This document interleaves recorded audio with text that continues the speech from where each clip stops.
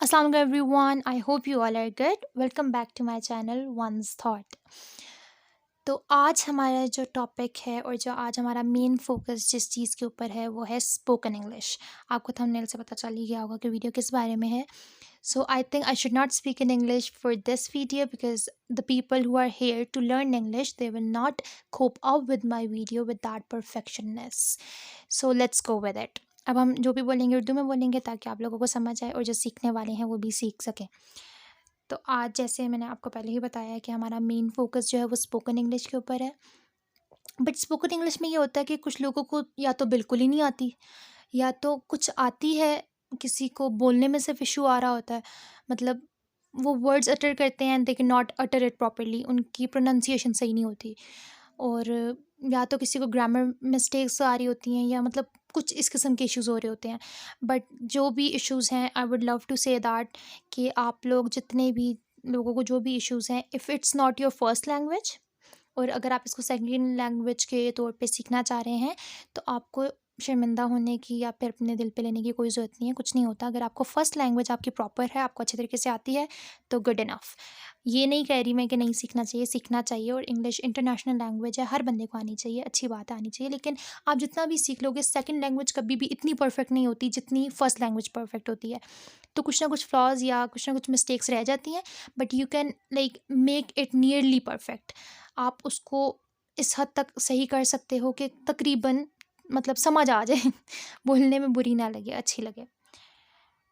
तो ये हैं मेन इश्यूज़ या फ्लॉज़ जो मैंने एनकाउंटर किए हैं कि लोगों को फ़ील होते हैं और कुछ लोगों ने मुझे बताया भी है कि ये इश्यूज़ आते हैं हमें। उसमें एज़ आई सेड बिफोर कि प्रोनंसिएशन है, ग्रामर का इशू है। अब ग्रामर की जो प्रोनंसिएशन है कुछ लोग उसको भी गलत बोलते हैं, ग्रामर बोलते हैं। This is not grammar, grammar होता है, ठीक है। वोकैबलरी का इशू आ जाता है। वोकैबलरी मेरे ख्याल से इतना कोई ऐसा इशू नहीं है, अगर आपको सिंपल वर्ड्स आते हैं और आपकी ग्रामर ठीक है, आपकी प्रोनंसिएशन ठीक है, तो गुड टू गो।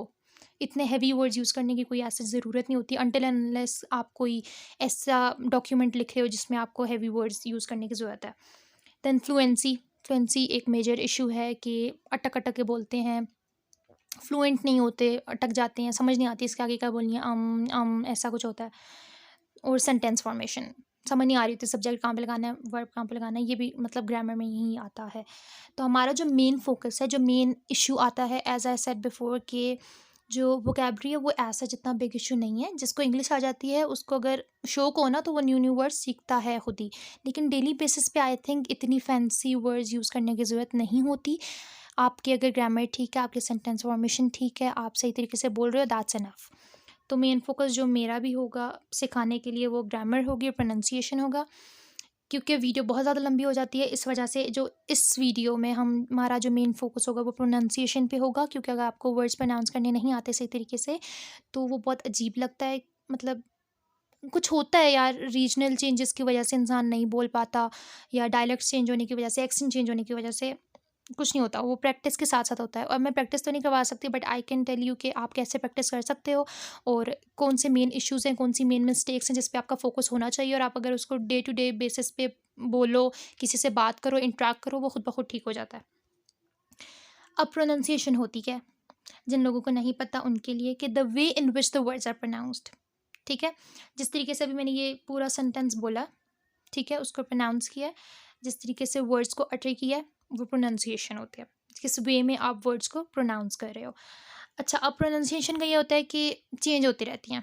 बहुत से ऐसे वर्ड्स हैं जिनका पहले कुछ और था, अब कुछ और हो गया है। पहले ना होता था कि मेन्यू बोलते थे हम, MENU, मेन्यू बोलते थे। फिर उसके बाद उसको मीनू बोला गया, फिर मीनू के बाद फिर से वो मेन्यू पे आ गया। तो ये होती हैं चेंजिंग्स। फिर उसके बाद बाउल था पहले, फिर बोल हो गया। तो ये प्रोनाउंसिएशन चेंज होती रहती है और आप इसको कैसे सीख सकते हो कि आप उसको सर्च करो। जब आप बहुत ज़्यादा सर्च करते हो, रिसर्च करते हो, तो आप चीज़ों को सर्च करके ही ज़्यादा सीखते हो। जब आप सोचते हो कि भई इसका और क्या चीज़ हो सकती है, क्या ये चेंजिंग्स आई हैं इसमें, जिन लोगों को शौक होता है ना, जो शौकिया सीख रहे होते हैं, उन लोगों को ज़्यादा समझ आती है। जो मजबूरन सीख रहे होते हैं, उनको इतना एज़ सच जो है ना पता नहीं चलता वर्ड्स का। तो जिनको शौक होता है वो सीखते रहते हैं कि ये वर्ड अभी चेंज हो गया तो इसको कैसे प्रोनाउंस करेंगे, ब्रिटिश इंग्लिश में क्या होगा, अमेरिकन इंग्लिश में क्या होगा, तो वो खुद ब खुद आपको समझ आ जाता है। अब हम बात करेंगे कॉमन डेली बेस मिस्टेक्स। इसमें ये कम वर्ड्स हैं, बट ये जो मुझे लगा था कि बहुत से लोग हैं जिनको मैंने भी सुना है बड़े अजीब तरीके से इन वर्ड्स को प्रोनाउंस करते हैं जब उनकी प्रोनाउंसिएशन चेंज होती है। तो आज हमारा मेन फोकस इन वर्ड्स पे होगा और ये पार्ट 1 है सिर्फ, इसके अलावा भी और पार्ट्स आते रहेंगे जिसमें हम डिफरेंट वर्ड्स जो हैं वो एनकाउंटर करेंगे, डिफरेंट वर्ड्स को सीखेंगे कि कैसे बोलना है, कैसे नहीं बोलना। फिर उसके बाद हम सेंटेंस के ऊपर भी आएंगे कि जब ये वर्ड सेंटेंस में यूज़ होते हैं तब आपने कैसे यूज़ करना है, करेक्ट ग्रामर कैसे यूज़ करनी है, और इन सारी चीज़ों पर भी आएंगे। बट आज हमारा मेन फोकस इन चीज़ों पर होगा। सबसे पहला होता है बाथरूम। अब होता वर्ड बाथरूम ही है, बट आई डोंट नो क्या कॉम्प्लेक्स है लोगों को कि वो बाथरूम कहते हैं इसको। बाथ नहीं होता, बाथ ही रूम होता है।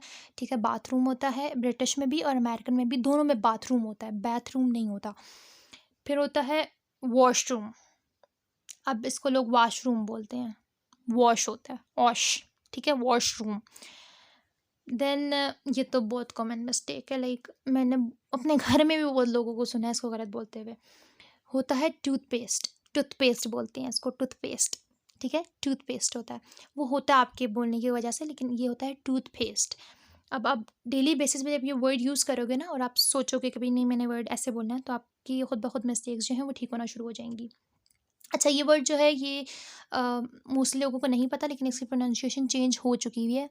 मायोनीज़ सारे इसको बोलते हैं, लेकिन अच्छा जी, तो जो इस वर्ड की जो करेक्ट प्रोनाउंसिएशन है वो है मेयोनीज़। मायोनीज़ नहीं होता, मेयोनीज़ होता है। ठीक है, जब जो नेक्स्ट वर्ड है वो तो डेली बेसिस पे बहुत से लोग गलत बोलते हैं और कई बार मेरे अपने मुंह से भी गलत निकल जाता है। तो इस वर्ड की जो करेक्ट प्रोनाउंसिएशन है, अब कुछ लोग जो है ना इसको वो बोलते हैं टोमाटो या टोमेटो। असल प्रोनाउंसिएशन है, जो करेक्ट प्रोनाउंसिएशन है वो है टमेटो। इसको हम कहते हैं टमेटो। उसी तरीके से जो पटैटो जो वर्ड बोलते हैं लोग वो गलत है, इसको बोलते हैं पटेटो।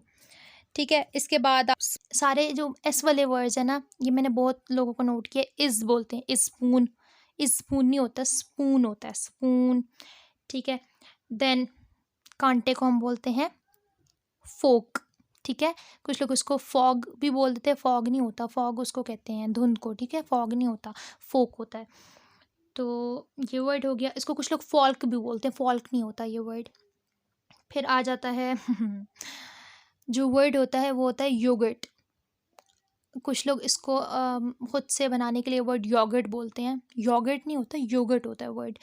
ठीक है, अभी फ़िलहाल जितने मेरे माइंड में आए थे वो ये वाले वर्ड्स थे और एक वीडियो में शायद इतने ही कवर हो सकते थे। सो आई ट्राइड माई बेस्ट कि जो डेली बेसिस वाले हैं कम से कम वो हो जाएं, but this is just the part 1। Part 2 भी आएगा, पार्ट 3 भी आएगा, जितने पार्ट्स बन सके, जितना सिखाने में लगा, विल गो फॉर देम। सो इंशाल्लाह आपको नेक्स्ट वीडियो में मिलते हैं। अल्लाह हाफ़िज़।